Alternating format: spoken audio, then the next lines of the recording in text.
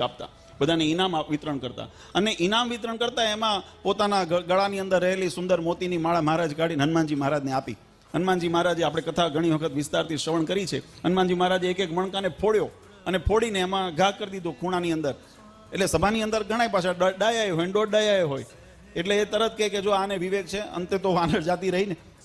આટલું ભગવાને મોંઘી માળાની માળા, મોંઘા મૂલ્યની માળા એમને પોતાના કંઠ પ્રદેશમાંથી કાઢીને આપી, અને આમને જો આને આ ફોડીને તિરસ્કાર કરીને ફેંકી દીધી હનુમાનજી મહારાજને. ભગવાન તો અંતર્યામી હતા, પણ સભાનો જે ક્ષોભ હતો અથવા શંકા હતી એનું સમાધાન થાય એટલે હનુમાનજી મહારાજને ભગવાન રામચંદ્રજી કીધું, હનુમાન આ શું કરો છો?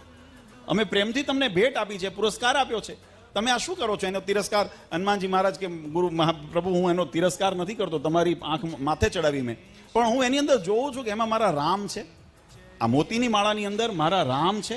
જો રામ ન હોય તો મારા માટે પથ્થરથી વધારે એની કોઈ કિંમત નથી. આપણે પણ